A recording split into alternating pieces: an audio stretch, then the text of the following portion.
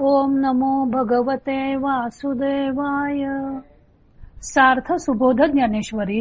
लेखन आणि वाचन सौ मनीषा भास्कर अभ्यंकर, महाराष्ट्र, मिरज 416410.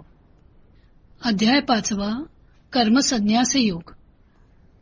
परमात्म्याचे अलिप्तत्व भाग 1. ओव्या आहेत 76 ते 79 आणि गीतेचा श्लोक आहे 14. कर्मयोगी अनासक्तीने कशी कर्मे करतो ते मागच्या 2 श्लोकात भगवंतांनी सांगितलं. सकल कर्मांचा मानसिक संन्यास करून तो देहरूपी नगरात स्वानंदात निमग्न असतो.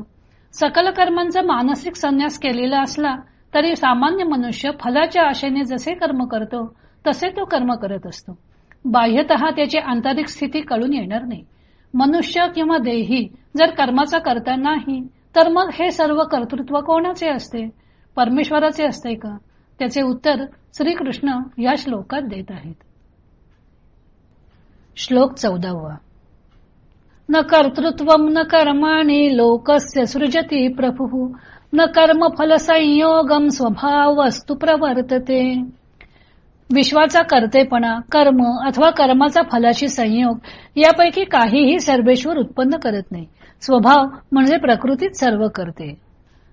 जैसा का सर्वेश्वरू पाहिजे तव निर्व्यापारू परी तोची रची विस्तारू त्रिभुवनाचा. ज्याप्रमाणे सर्वेश्वर जर पाहिला तर तो वस्तुतः क्रियाशून्य असतो, परंतु तोच तिन्ही लोकांच्या विस्ताराची रचना करतो. आणि करता ऐसे म्हणिपे तरी कवणे कर्मी न शिंपे जे हातू पावो न लिंपे उदास वृत्तीचा. आणि त्याच करता असे म्हणावे तर तो कोणत्याही कर्मात लिप्त होत नाही, कारण त्याच्या ठिकाणी असणाऱ्या उदासीनतेचा कोणताही अवयव अशुद्ध होत नाही, म्हणजे ज्याची उदासीनता किंचितही बिघडत नाही. योग निद्रा तरी न मोडे अकर्तेपणा सळू न पडे परी महाभूतांचे दळवाडे उभारी भले.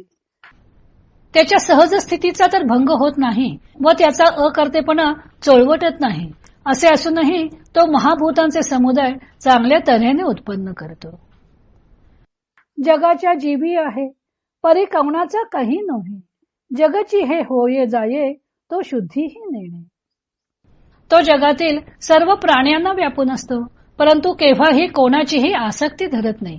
हे जग उत्पन्न होते व नाहीसे होते याची त्यास खबरही नसते. कर्मयोगी स्वतःला कर्माचा करता मानत नाही. तो अलिप्तपणे कर्म करतो. आता देहाकडून घडणाऱ्या कर्मांचे कर्तृत्व जर आत्म्याकडे नाही तर देहाकडे कर्तृत्व शक्ती कोठून येते? तसेच कर्मानुरूप फळ कर्त्याला मिळावे अशी योजना तरी कोण करतं? ईश्वर इच्छा बलियसी असे म्हणतात. मग ईश्वराकडे या सर्वांचे कर्तृत्व आहे का, अशीही शंका निर्माण होते. भगवंत या शंकेचे उत्तर देताना म्हणतात की परमात्मा कर्तृत्व शक्ती, कर्मे व कर्माच्या फळाचा कर्त्याशी संयोग घडवून आणणे या तिन्ही गोष्टी करत नाही. हा सर्व खेळ प्रकृतीच करत असते. जीवात्म्याला आपल्या सत्य स्वरूपाची जाणीव न राहिल्यामुळे तो प्रकृतीच्या तावडीत सापडतो व प्रकृतीची कार्ये स्वतःची मानू लागतो. मग प्रकृती दासासारखी त्याच्याकडून कर्मे करवून घेते. या सर्वांचा परमात्म्याशी काहीही संबंध नाही.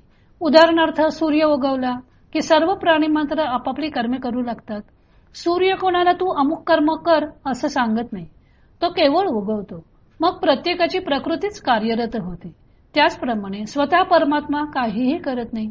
सृष्टीची उत्पत्ती, विनाश या सर्व गोष्टी जीवाने भ्रांतीने परमेश्वरावर लादलेल्या आहेत. तो फक्त आहे. प्रकृतीत स्वभावतःच परिवर्तन होत असतं. त्यातून कर्ता, कर्म, कर्मफल हे गतिमान होत असतात. चैतन्य स्वरूप आत्म्याच्या सान्निध्याने बुद्धी, मन व इंद्रिय इत्यादी सचेतन होतात व आपापल्या स्वाभाविक गुणांना अनुसरून कर्म वगैरे शक्ती त्यात उत्पन्न होतात. थोडक्यात बुद्धीचे कर्तृत्व किंवा मन व इंद्रिय यांची कर्मे आत्मा स्वतः उत्पन्न करीत नसून त्यांच्या सचेतन स्वरूपाचा तो धर्म असतो. त्यामुळे कर्मफळाचाही आत्म्याशी संबंध नसतो.